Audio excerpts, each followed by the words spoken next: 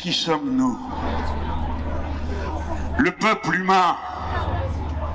Le peuple humain entend débattre les cœurs lourds de tous ceux en qui résonne la mort, qui frappe, frappe et frappe encore. Depuis que la trêve a été rompue, et cela montre que ce n'est pas d'une trêve dont nous avions besoin, mais d'un cessez-le-feu immédiat, immédiat, immédiat. Depuis le 7 octobre, on a argué du droit international pour exciper les moyens de la légitime défense. Mais ce n'est pas la légitime défense d'assassiner indistinctement toute une population, attribuer une responsabilité collective que l'intelligence du monde moderne avait récusée dès longtemps.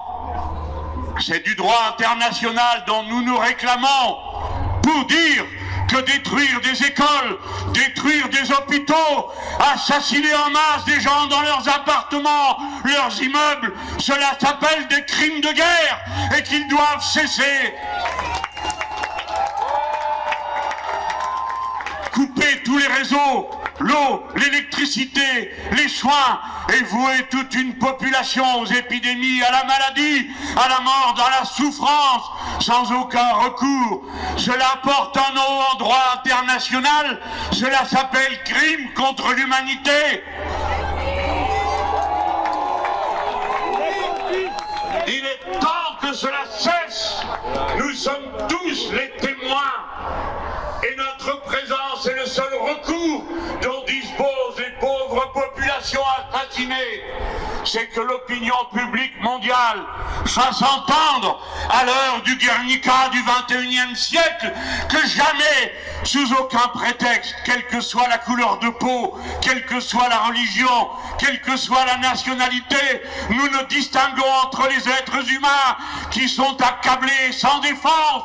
Il faut que le droit s'impose. Il faut que la Cour pénale internationale arrête et fasse arrêter les criminels de guerre que M. Galland et Netanyahou sont.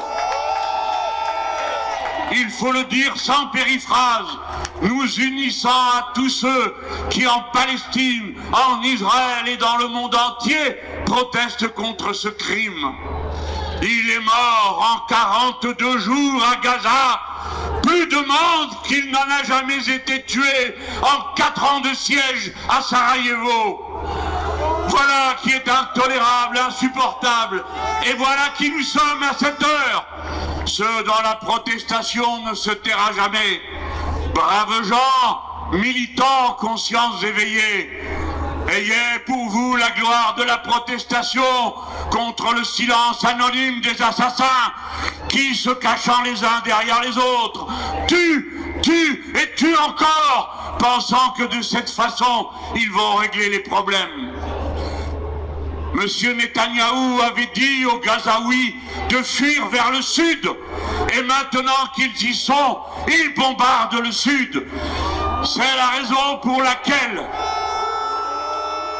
nous pouvons dire à la suite de l'ONU qu'il y a des prémices de génocide, c'est-à-dire de volonté d'exterminer la totalité de la population dont personne ne veut, ni d'un côté ni de l'autre, et ces malheureux sont exploités sans recours, exposés au bombardement, à la mort.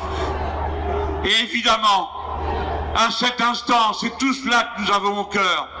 Vive toi Paris de toutes les couleurs, de toutes les religions, peuple rebelle, tu es le peuple humain qui témoigne à cet instant.